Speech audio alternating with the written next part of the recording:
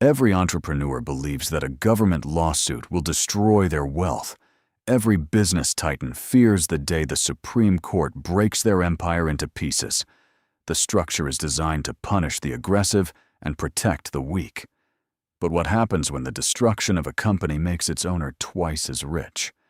How does a legal execution turn into the ultimate financial reward? You are watching a 16-year-old teenager counting coins on a kitchen table. Cleveland, Ohio, September 1855. His name is John Davison Rockefeller. He keeps a small paper ledger, recording every single cent that moves through his hands. No emotion, no hesitation, just absolute math. What did this boy see that everyone else missed? This is money memory. The past is still running. The people who build monopoly systems rarely lose when the rules around them change, because they understand the structural mechanism better than the regulators trying to fix it. And the pattern holds. 1859, Cleveland, Ohio. The American landscape was shifting beneath a wave of black sludge. Petroleum was discovered in Pennsylvania, and within months, cheap refineries emerged on every street corner. John Davison Rockefeller needed stability, but the open market stood in the way. The industry was trapped in absolute chaos, defined by wild price swings and constant bankruptcies. He decided to buy out his partners and build an institution that did not rely on luck. At the time, this made sense. This is the first mechanism. Controlled consolidation. Rockefeller looked at the oil fields and realized that overcapacity would naturally destroy the weak operators. He did not wait for the market to correct itself. He forced the correction. In 1870, he founded the Standard Oil Company of Ohio with a clear objective: control the bottleneck. Standard Oil negotiated secret, systematic rebates with the major railroad companies. Rockefeller guaranteed massive, predictable volumes of freight, and in return, the railroads gave him shipping costs that no competitor could match. The math was brutal. If a competitor paid $1 to transport a barrel of kerosene, Rockefeller paid 35 cents. Competitors could not lower their prices without losing money.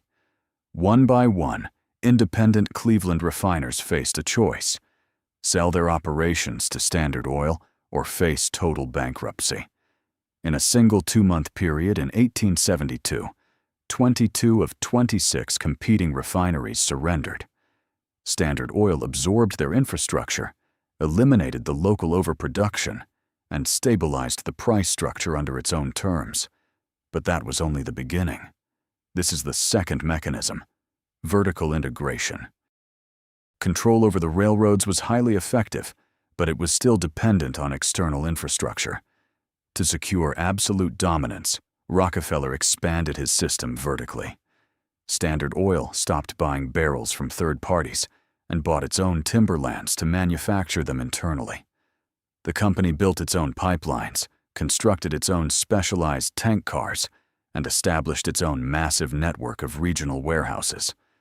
Every single link in the supply chain that could potentially squeeze out an independent competitor's cost advantage was owned directly by the trust.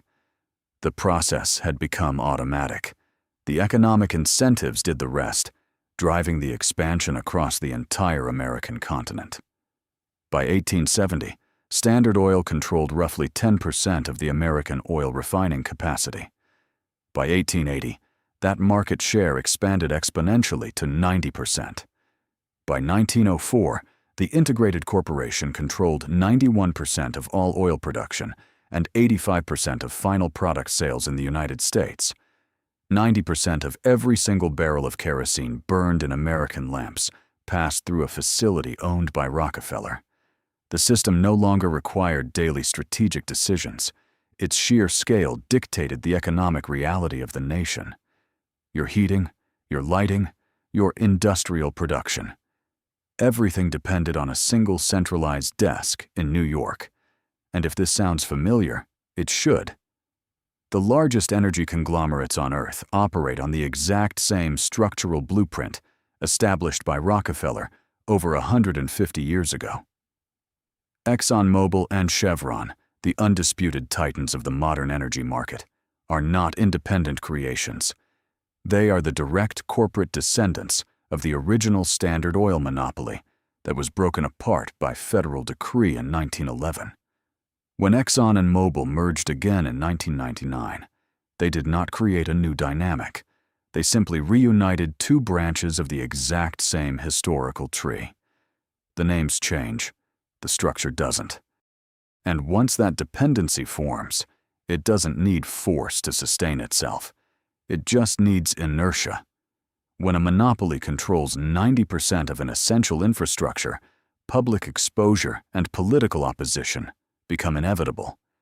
Journalists document the secret rebates, politicians file federal lawsuits, and the legal system demands a complete dismantling of the empire.